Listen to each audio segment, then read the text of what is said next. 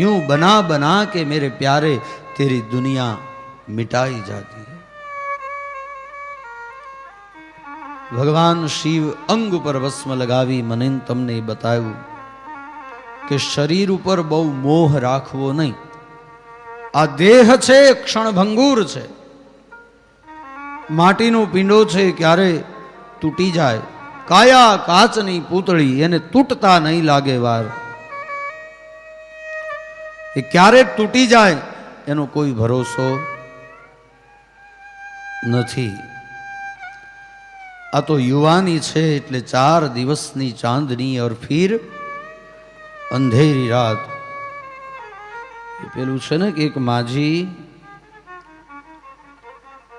ઉંમર થઈ ગયેલી એટલે કમરથી વાંકા વળી ગયેલા અને હાથમાં લાકડી રસ્તામાં જતા હતા. એમાં કોલેજમાંથી આવતી 2-4 બેનપણીઓ સામે મળી, એને મશ્કરી કરવાનું મન થયું. એટલે મશ્કરી કરવાનું મન થયું એટલે 4 સખીઓ, 3 સખીઓ, 4 સખીઓ જે હતી એણે માજીને પૂછ્યું, વાંકા વળી ગયેલા હતા ને અને ચાલ્યા આવતા હતા એટલે પૂછ્યું કે માજી શું શોધો છો? ખબર હતી કે આને કમરમાંથી તકલીફ છે ને વાંકા વળી ગયા છે, એટલે એની મશ્કરી કરવા માટે માજીને પૂછ્યું, માજી શું ગોતો છો, શું ખવાઈ ગયું છે? અને માજી જમાનાના ખાધેલ હતા, સમજી ગયા કે આ મારી મશ્કરી કરે છે. એટલે માજીએ બહુ સરસ મજાનો જવાબ આપ્યો, બેટા મારી જુવાની ખોવાઈ ગઈ છે, જુવાનીને શોધું છું. મારી જુવાની ખોવાઈ ગઈ છે, એ જુવાની, એ જવાનીને શોધું છું. તમારી પણ આજે જવાની છે ને, એક વખત જવાની છે, એ રહેવાની નથી. પીપળ પાન ખરંતા હસ્તી કુપળિયા, અમ વીતી તમ વીત છે ધીરી બાપુડિયા.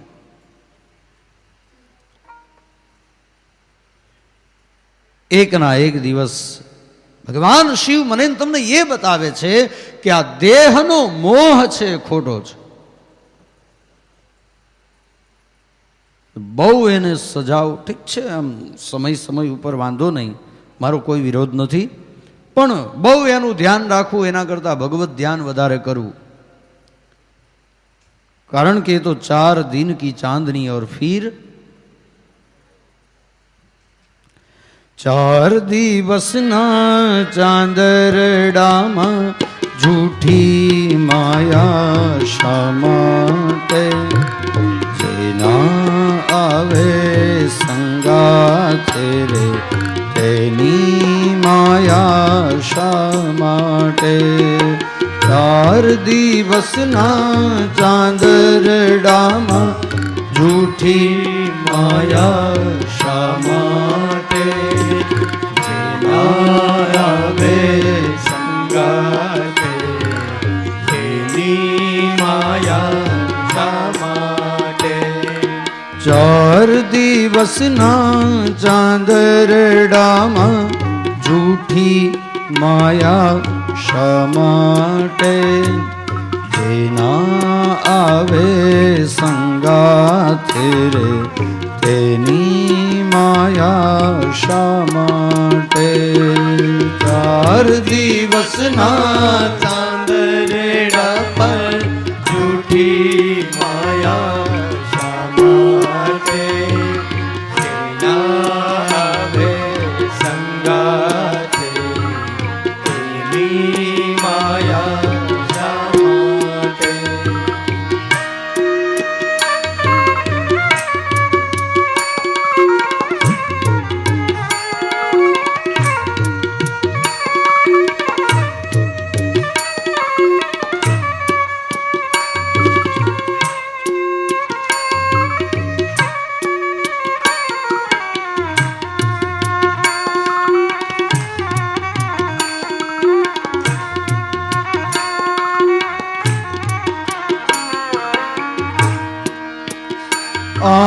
वैभव साथे ना आवे, प्यारा स्नेही पण ना आवे।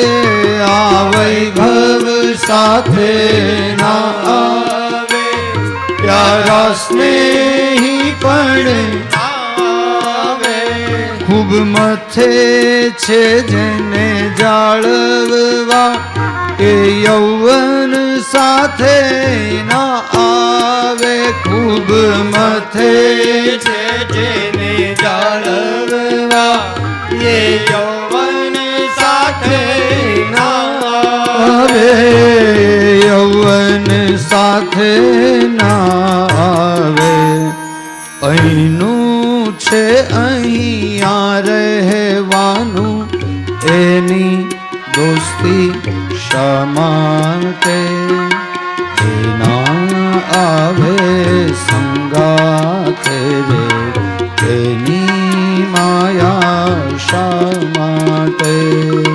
4 દિવસના ચાંદરડા પર જૂઠી માયા શા માટે, આવે સંગાથે એની માયા શા માટે.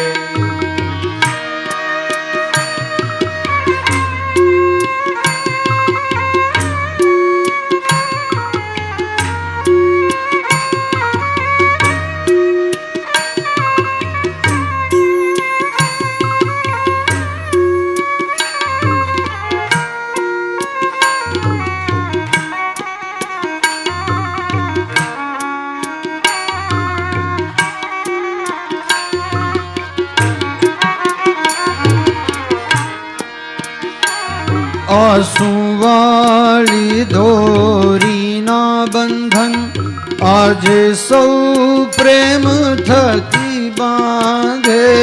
આંસુવાળી દોરીના બંધન આજે સૌ પ્રેમ થકી બાંધે, પણ તૂટે તંતુ આયુષ્ય તણા, ત્યારે કોઈ એને ના સાંધે. પણ તૂટે તંતુ આયુષ્ય તણા, ત્યારે કોઈ એને ના સાંધે, ત્યારે કોઈ એને ના સાંધે. ભીડ પડે ત્યારે તડતડ તૂટે, એવા બંધન શા માટે ના આવે સંગાથે રે, તેની માયા શા માટે. 4 દિવસના ચાંદરડા પર જૂઠી માયા શા માટે, આવે સંગાથે તેની માયા શા માટે.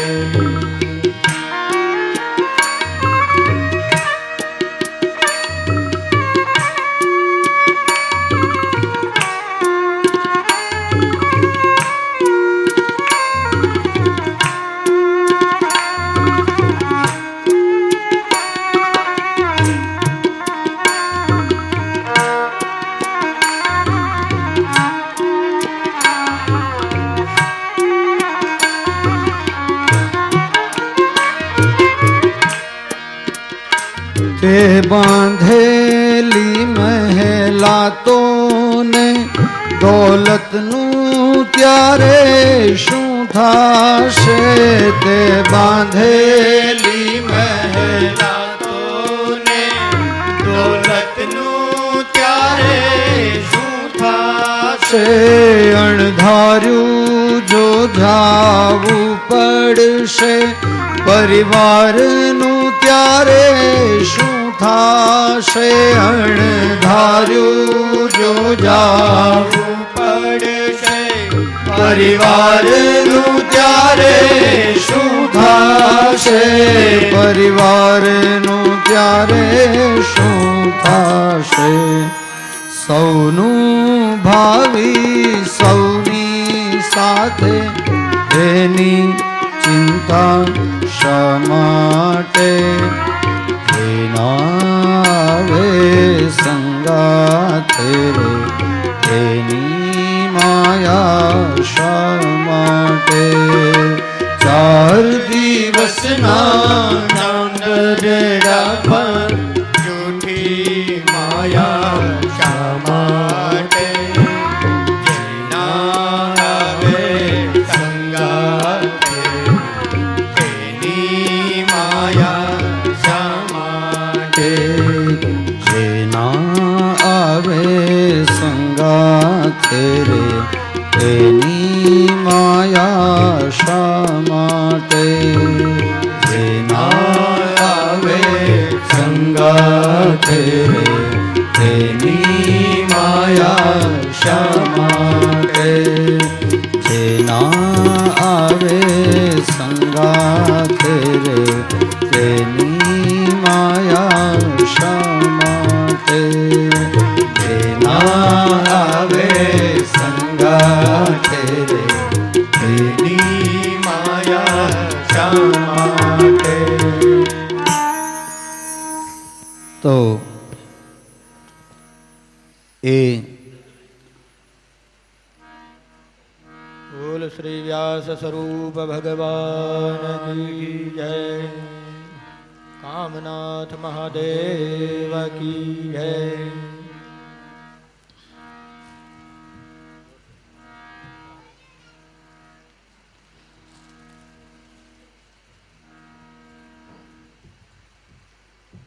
गिरिराज धरण की जय.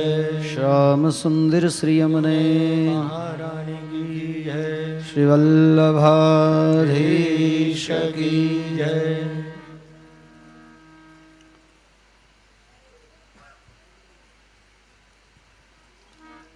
તો ભગવાન શિવ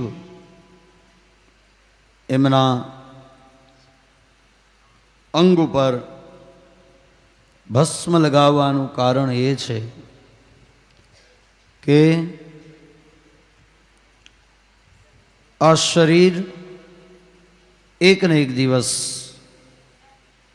એ રાખની અંદર ભળી જવાનું છે, માટી થવાનું છે, એને બળીને ભસ્મ થવાનું છે. એટલે પોતાના દેહ ઉપર ભસ્મ લગાવીએ, આખા શરીર ઉપર આપણે ન લગાવીએ તો શિવપુરાણની અંદર સૂત નામના પુરાણી શૌનકાદિ ઋષિઓને કહે છે કમસે કમ ભાલની અંદર ત્રિપુંડ કરવું જોઈએ.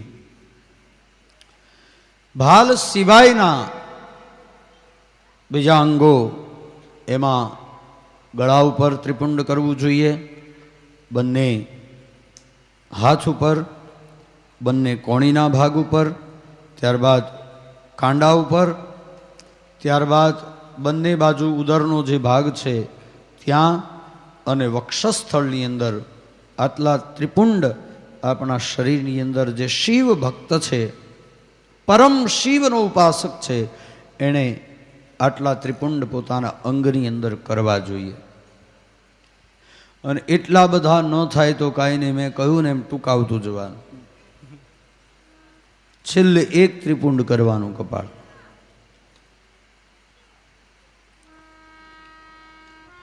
તો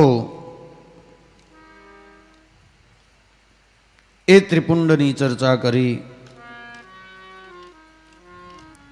અને ત્યારબાદ 7 વાર રવિ, સોમ, મંગળ, બુધ, ગુરુ એ 7 વારો કેવી રીતે થયા એની ચર્ચા કરીને એ 7 વાર ભગવાન શિવે ઉત્પન્ન કર્યા અને એ 7 વાર શું ફળ આપે છે એ 7 વારના દેવતાઓ. એમાં રવિવાર એટલે કે સૂર્ય. રવિવારે સૂર્યની ઉપાસના કરવામાં આવે તો આરોગ્યની પ્રાપ્તિ થાય છે. ત્યારબાદ ચંદ્ર, સોમવાર એના દેવ ચંદ્ર છે. જો એ ચંદ્રની ઉપાસના કરવામાં આવે તો ચંદ્ર છે સંપત્તિનો દાતા છે. મંગળ એ વ્યાધિનું નિવારણ કરતા છે. બુધ છે એ પુષ્ટિનો દાતા છે. બૃહસ્પતિ એ આયુષ્યની વૃદ્ધિ કરે, અને શુક્ર છે ભોગ આપે છે, અને શનિ મહારાજ છે એ મૃત્યુનું નિવારણ કરે છે. 7 વારો, અને એ 7 વારોના 7 દેવો, અને 7 વારની અંદર શિવ પૂજા જો કરવામાં આવે 7 વારની અંદર, તો આ રીતના ફળની પ્રાપ્તિ થાય છે. ભગવાન શિવના બનાવેલા એ 7 વારો અને 27 નક્ષત્રોની ચર્ચા કરી. 27 નક્ષત્રોની સાથે 27 યોગોની ચર્ચા કરી. અને ત્યારબાદ ઋષિઓએ પ્રશ્ન કર્યો છે કે મહારાજ, એક વાત કહો કે દાન કેવી રીતે કરવું જોઈએ? દેશ, કાળ, પાત્ર અને દાનની ચર્ચા આપ બતાવો કે કેવી રીતે કરવું જોઈએ, કયા સમયની અંદર, કયા ક્ષેત્રની અંદર, એ કેવા પાત્રને દાન આપવું એ અમને બતાવો. ત્યારે સુત પુરાણી કહે છે કે પાત્રતામ, ભગવદ્ ગીતાની અંદર પણ આ શ્લોક છે કે પાત્રતામ દીયતે દાનમ. દાન આપવું એ પાત્રતાને જોઈને આપવું, બીજું સમયને જોઈને આપવું, અને ત્રીજું સ્થાનને જોઈને આપવું. દેશ યાને કે સ્થાન, કાળ યાને કે સમય, અને પાત્ર યાને કે જે દાન આપીએ છીએ એ સુપાત્રને જાય છે કે કોને જાય છે? એ દાનનો સદુપયોગ થવાનો છે કે દુરુપયોગ થવાનો છે? આપણે ઘણી વખત દાન તો આપીએ છીએ, પણ આપતા પહેલા વિચાર કરતા નથી કે દાન કોને આપવું જોઈએ. એટલે કહ્યું કે પાત્રતામ દીયતે દાનમ. દેશ, કાળ અને પાત્રને જોઈ અને દાન કરવું જોઈએ. દાનના 3 પ્રકારો બતાવવામાં આવ્યા છે ભગવદ્ ગીતાની અંદર. એક સાત્વિક દાન, બીજું રાજસી, અને ત્રીજું તામસી. સાત્વિક દાન કોને કહેવાય? તો કે એક વખત દાન કર્યા પછી જમણા હાથે દાન કરીએ અને એની ખબર ડાબા હાથને પણ ન પડે, આનું નામ છે સાત્વિક દાન. જે સંપૂર્ણપણે ગુપ્ત છે, જેની કોઈને ખબર ન પડે, આનું નામ સાત્વિક દાન. પછી રાજસી દાન, કે જે દાન આપ્યા પછી પોતાની કીર્તિ વધે એવું કર્મ, એટલે કે એની જાહેરાત કરવામાં આવે, એની તકતી લગાવવામાં આવે, એનું બોર્ડ લગાવવામાં આવે, અને પોતાની કીર્તિની અંદર વૃદ્ધિ થાય, આનું નામ છે રાજસી દાન. અને અંતિમ પ્રકાર છે તામસી દાન, કે જે દાન આપવાથી આપણું પણ કલ્યાણ ન થાય અને લેનારનું પણ કલ્યાણ ન થાય, આનું નામ છે તામસી દાન. કે જે દાન આપવાથી બીજાનું પણ ખરાબ થાય અને આપણું પણ સાથે સાથે ખરાબ થાય, અથવા તો બીજાનું ખરાબ કરવાની વૃત્તિથી આપવામાં આવેલું દાન એ તામસી દાન છે. દાનના 3 પ્રકારોનું દર્શન શિવ મહાપુરાણની અંદર, અને એ ચર્ચા શ્રીમદ ભગવદ્ ગીતાની અંદર કરેલી છે. હવે દેશ એટલે કે સ્થાનને જોઈ અને દાન આપવું. તીર્થક્ષેત્રની અંદર ગયા હોય તો એ દાનનું ફળ છે અનેક ગણું છે. તીર્થક્ષેત્રની અંદર ન ગયા હોઈએ તો સંક્રાંતિનો જ્યારે સમય આવે ત્યારે દાન કરવું એ શ્રેષ્ઠમાં શ્રેષ્ઠ દાન છે. સંક્રાંતિ કોને કહીશું? તો સૌર વર્ષ એટલે કારતક, માગશર, પૌષ, મહા, ફાગણ, ચૈત્ર, વૈશાખ, જેઠ, અષાઢ, શ્રાવણ, ભાદરવો, આસો, આને સૌર વર્ષ કહેવામાં આવે છે. એની અંદર ચૈત્ર મહિનો આવે, અને ચૈત્ર મહિનાની નોમ પણ સંભવ છે કે એમાં ક્યારેક તિથિની વધઘટના કારણે એ 9મી તિથિ આગળ પાછળ થઈ શકે. તો તારીખ પ્રમાણે જોઈએ તો 21મી માર્ચ, એ 21મી માર્ચના દિવસે રાત અને દિવસ બંને સરખા હોય અને એ સમયે દાન આપવાનું એક મહત્વ બતાવ્યું શિવપુરાણની અંદર. અને બીજું, આસો મહિનાની અંદર નોમની તિથિ અને અથવા તો અંગ્રેજી મહિના પ્રમાણે 22મી સપ્ટેમ્બરનો દિવસ છે, એમાં રાત અને દિવસ બંને સરખા હોય. એ દિવસે દાન આપવું એને શ્રેષ્ઠ ગણ્યું છે શિવ મહાપુરાણની અંદર. અને એ સિવાય સારા નક્ષત્રો અને સંક્રાંતિઓની અંદર કર્ક સંક્રાંતિ આવે, મકર સંક્રાંતિ આવે, સિંહ સંક્રાંતિ આવે, એ સંક્રાંતિઓની અંદર પણ જો દાન કરવામાં આવે તો એ દાન શ્રેષ્ઠ છે. એ સિવાય તીર્થક્ષેત્રની અંદર ગયા પછી નદીના કિનારા ઉપર ગંગા, યમુના, સરસ્વતી, રેવા, ગોદાવરી, સરયુ આદિ નદીના તીર્થો ઉપર દાન કરવામાં આવે તો એ દાનનું 100 ગણું પુણ્ય છે. અને એમાં પણ જો કોઈ પર્વતની તળેટીની અંદર ગયા હોઈએ અને ત્યાં દાન કરીએ તો એનું 1000 ગણું ફળ છે. હિમાલયમાં જઈએ કે ગિરનાર પર્વતની તળેટીમાં જઈએ અને ત્યાં ઉપર જઈને દાન કરવામાં આવે તો 1000 ગણું ફળ છે.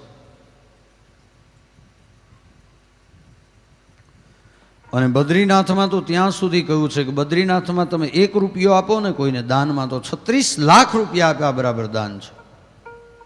36 લાખ ગણું ફળ મળે છે બદ્રીનાથ તીર્થક્ષેત્રની અંદર, બદ્રી વિશાલની અંદર. એક મંત્રનો જપ કરો તો 36 લાખ મંત્ર જપ કર્યા બરાબર ફળ પ્રાપ્ત થાય છે.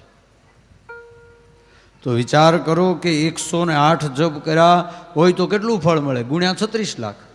36 ગણું ફળ છે, 36 લાખ ગણું ફળ છે ત્યાં બદ્રીનાથ તીર્થક્ષેત્રની અંદર. તો 1 રૂપિયો દાન આપીએ તો 36 લાખ રૂપિયા આપ્યા બરાબર હોય. તો 100 રૂપિયા કે 1000 રૂપિયા કે 5000 કે 10,000 રૂપિયા આપ્યા હોય તો કેટલું ફળ ગણું?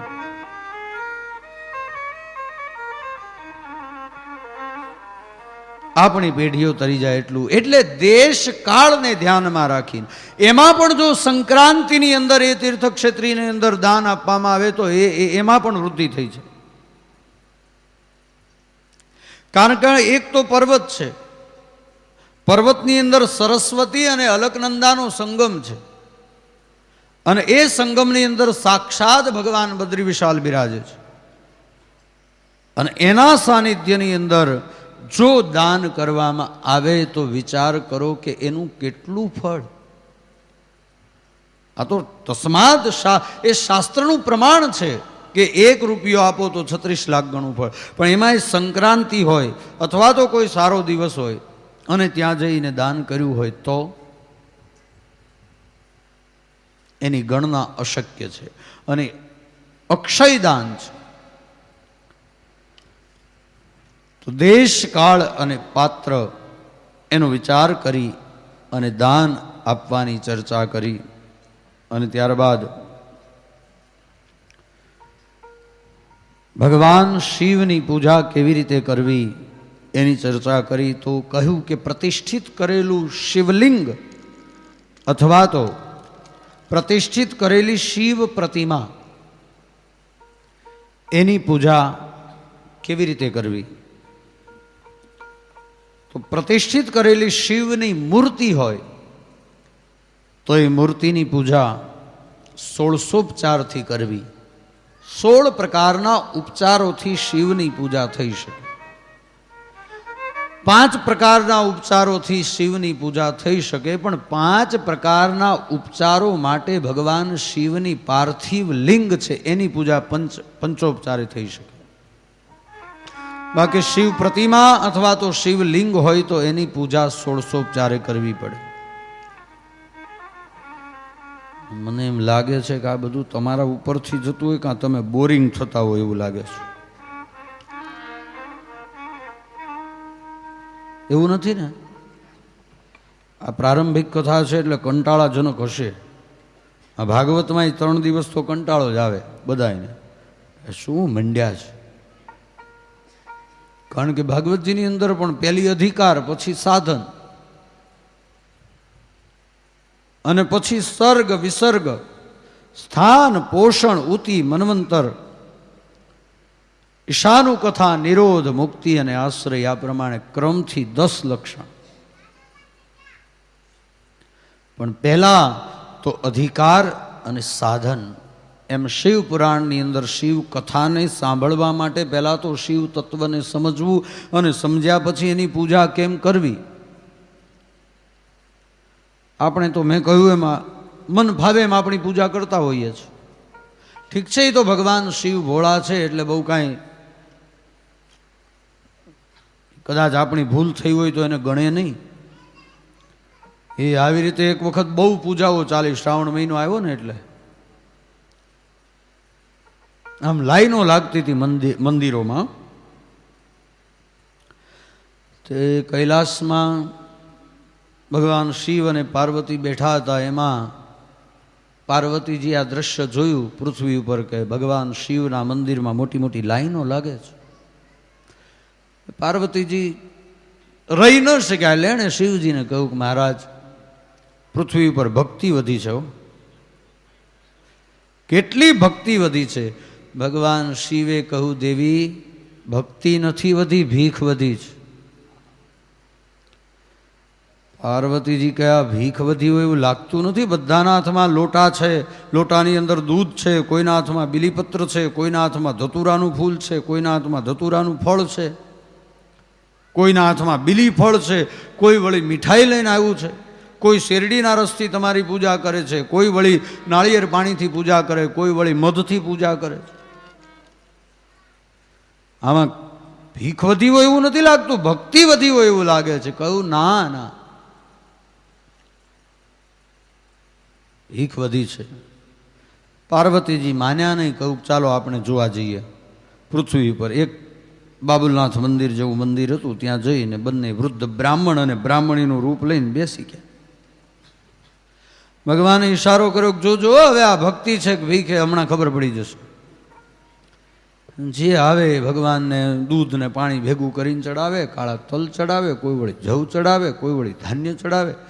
બધું ચડાવીને ભગવાનને પેલું આમાં વગાડે, ગાલ વગાડે ને પૂજા કરે. બધું કર્યા પછી કે હે ભોલેનાથ, મારા ઉપર આટલી કૃપા કરજો. એટલે ભગવાન શિવ પાર્વતીજીનો આમ ગોઠણ દબાવે, જો સાંભળો, આપવા નથી આવ્યો, જેટલું આપ્યું એના કરતાં 100 ગણું લેવા આવ્યો છે. આ દૂધ અને પાણી બીલીપત્રના બદલામાં ઘણું બધું લેવા આવ્યો છે. વળી બીજો આવે, એ કંઈક માગે, વળી ત્રીજો આવે. પાર્વતીજી કહ્યું, ઠીક છે એ તો હું સમજી, પણ કોક તો એવો નીકળશે ને, બેસો થોડી વાર, એકાદો માણસ તો નીકળે તો મને સંતોષ થાય. એમાં એક કન્યા આવી અને આવીને ભગવાનને હેવી પૂજા કરીને ભગવાનની પ્રાર્થના કરી કે હે ભોળાનાથ, મારે કાંઈ નથી જોઈતું. અને પાર્વતીજીએ ભગવાન શિવને આમ ઠોંસો માર્યો કે જો, એક આ તમારો ભક્ત છે કહે છે મારે કાંઈ નથી જોતું. પેલી કન્યાએ કહ્યું, હે ભોળાનાથ, મારે કંઈ ન જોઈએ. હા, પાર્વતીજીના હૃદયમાં આનંદ થયો કે આને કંઈ નથી જોતું. ભગવાન શિવજી ઈશારો કર્યો, થોડી ધીરજ રાખો, હજી વાર છે. પેલી પ્રાર્થના કરે કે હે પ્રભુ, મને કંઈ ન જોઈએ અને મને કંઈ ના આપતો મારે કાંઈ જરૂર પણ નથી, પણ મારી માને સારો જમાઈ આપજે. મારે કંઈ નથી જોઈતું. ભગવાન શિવે કહ્યું, જોયું, આણે સીધી રીતે ન માગ્યું, ફેરવીને માગ્યું, પણ માગ્યું તો પોતાના માટે જ ને. તો ચર્ચા ચાલે છે ભગવાન શિવ એની પૂજાની. એની પૂજાના પણ પ્રકારો છે. એમાં 16ઉપચાર પૂજા થઈ શકે, રાજોપચાર પૂજા થઈ શકે ભગવાન શિવની, અને પંચોપચાર પૂજા થઈ શકે. પંચોપચાર પૂજા કેવલ પાર્થિવ લિંગ માટે છે. પાર્થિવ લિંગ કોને કહીશું? તો સવારના પહેલા પહોરની અંદર ઉઠવાનું, સ્નાન કરી અને ખેતરમાંથી શુદ્ધ હોય ત્યાંથી માટી લઈ આવવાની. એ માટીને ચાળી એકદમ શુદ્ધ કરી અને એને પાણીથી ભીંજાવવાની અને ભીંજાવી અને એક અંગૂઠાના માપનું જે લિંગ તૈયાર કરવામાં આવે આને પાર્થિવ લિંગ કહેવામાં આવે છે. એવું એક નહીં, જેટલી આપણી ઈચ્છા હોય એટલા લિંગ તૈયાર કરવાના. કોઈ 8 કરે, કોઈ 108 કરે, કોઈ 1008 કરે, કોઈ વળી 1.25 લાખ કરે, પણ એક દિવસમાં ન થાય. એટલે આખો મહિનો પૂજા કરવી પડે. વહેલા ઉઠી અગાઉથી એ શુદ્ધ માટી લઈ આવી એને જળથી અભિમંત્રિત કરી અને એને પલાળી અને પછી સૂર્યોદય થયા પહેલા જેટલા આપણે નક્કી કર્યા હોય આખા મહિનામાં 1.25 લાખ બનાવવા છે તો 1.25 લાખ ભાગ્યા 30 કરવાના અને એ જેટલા લિંગ આવે એટલા એક દિવસમાં બનાવવાના. અને એટલા લિંગ બનાવીને એના ઉપર પંચોપચાર પૂજા, એના ઉપર દૂધ ન ચડાવાય, એના ઉપર પાણી ન ચડાવાય, શેરડીનો રસ ન ચડાવાય, નાળિયેર પાણી ન ચડાવાય, તો કેવલ પંચોપચાર અબીલ ગુલાલ કંકુ અને પુષ્પ અર્પણ કરી અને બિલીપત્ર ચડાવીએ. આનું નામ છે પંચોપચાર પૂજા. નૈવેદ્ય ધરવાનું અને આરતી કરવાની, આનું નામ છે પંચોપચાર પૂજા. આ રીતે પૂજા કરી અને સૂર્યોદય થતા પહેલા અથવા તો સાંજે સૂર્યાસ્ત થાય એ પહેલા પૂજા એની સૂર્યોદય પહેલા કરી લેવાની છે, પણ એનું વિસર્જન સૂર્યાસ્ત થયા પહેલા જો કરવામાં આવે તો આ પાર્થિવ લિંગની પૂજા શ્રેષ્ઠ છે. પાર્થિવ એટલે માટીનું લિંગ, અને અત્યંત ફળદાતા જો કોઈ લિંગ હોય તો એ માટીમાંથી તૈયાર કરવામાં આવેલું શુદ્ધ માટીમાંથી એ પાર્થિવ લિંગ છે. ત્યાર પછી તો અનેક પ્રકારના લિંગો છે. પારદનું લિંગ એટલે કે પારાનું લિંગ. પારાનું લિંગની પૂજા જો નિત્ય કરવામાં આવે તો ખૂબ સંપત્તિની પ્રાપ્તિ થાય. ત્યારબાદ સ્ફટિકના પથ્થરમાંથી તૈયાર થયેલું લિંગ, એની પૂજા કરવામાં આવે તો ભોગ અને મુક્તિ બંને પ્રાપ્ત થાય. ત્યાર પછી રત્નોની અંદરથી તૈયાર થયેલા લિંગો, માણેક છે, હીરો છે, મોતી છે, પરવાળું છે, પોખરાજ છે, એના પણ લિંગો તૈયાર થાય. એ લિંગની પૂજા કરવામાં આવે તો એ લિંગો પણ અત્યંત ફળદાતા છે. એ પાર્થિવ લિંગની ચર્ચા કરી અને ત્યારબાદ ભગવાન શિવનો જે પંચાક્ષર મંત્ર છે અને એમાં પણ જો આગળ ઓમ લગાડવામાં આવે તો એ મંત્ર નહીં પણ મહામંત્ર બને છે. આગળ જો ઓમ લગાડવામાં આવે તો એ મંત્રમાંથી મહામંત્ર બની જાય છે. તો એ પંચાક્ષર મંત્ર ઓમ નમઃ શિવાય, એ મંત્રનો જપ કરવામાં આવે તો 1.25 લાખ જપથી શિવ સાયુજ્યની પ્રાપ્તિ થાય છે.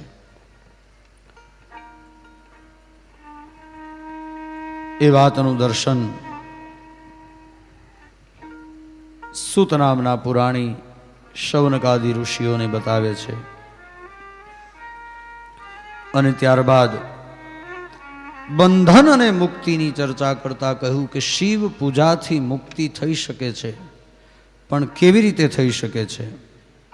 જે જીવ કર્મના બંધનમાં બંધાયેલો છે, આ એક પ્રકારનું, ભલે મને તમને એમ લાગે કે હું ને તમે મુક્ત છીએ, પણ વાસ્તવમાં મુક્ત નથી, કર્મના બંધનમાં બંધાયેલા છે.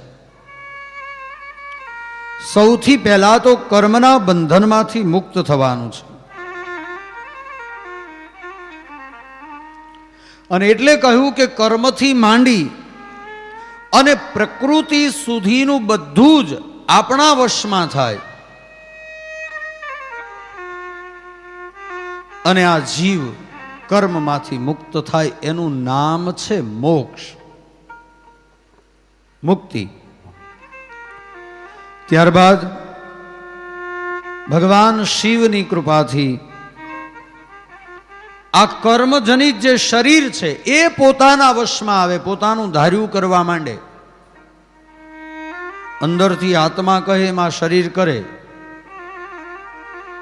શરીર પોતાના વશમાં આવે ત્યારે એ ભગવાન શિવના લોકમાં જાય છે. એનું નામ છે સાલોક્ય મુક્તિ. પહેલું મોક્ષ આવ્યું, ત્યારબાદ સાલોક્ય મુક્તિ, કે આ શરીર પોતાના વશમાં થઈ અને ભગવાન શિવની ભક્તિ કરી અને શિવલોકની અંદર જાય. આનું નામ છે સાલોક્ય મુક્તિ.